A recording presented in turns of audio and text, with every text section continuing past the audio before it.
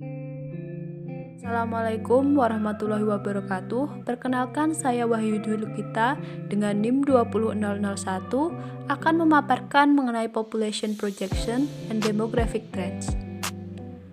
Yang pertama adalah latar belakang. Mengapa diperlukan proyeksi penduduk?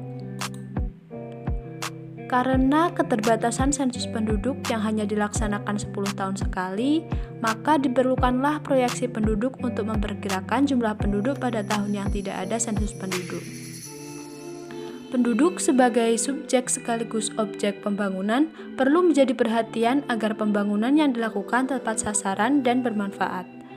Proyeksi penduduk saat ini dilakukan berdasarkan sensus penduduk 2010 karena keterbatasan data sensus penduduk 2020 akibat adanya pandemi. Perhitungan proyeksi penduduk di tingkat nasional dan provinsi menggunakan metode komponen yaitu kelahiran, kematian, dan perpindahan. Sedangkan pada tingkat kabupaten dan kota menggunakan metode geometrik karena komponen pertumbuhan penduduk belum tersedia lengkap sampai kabupaten dan kota.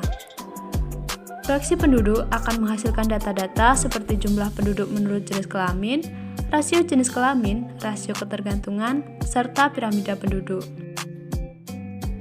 Perhitungan proyeksi penduduk dilakukan menggunakan aplikasi RUP atau Rural Urban Projection yang menjadi kewenangan BPS di tingkat nasional.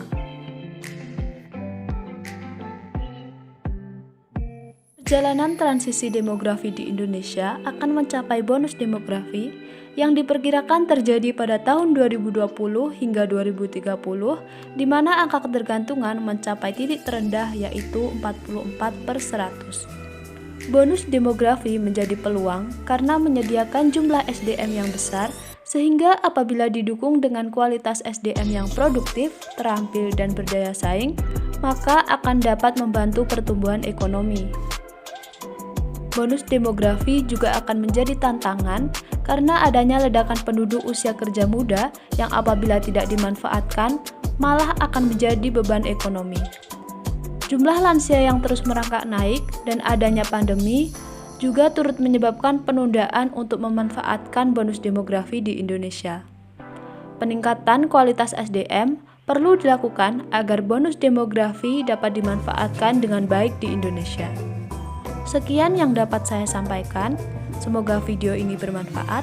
Wassalamualaikum warahmatullahi wabarakatuh.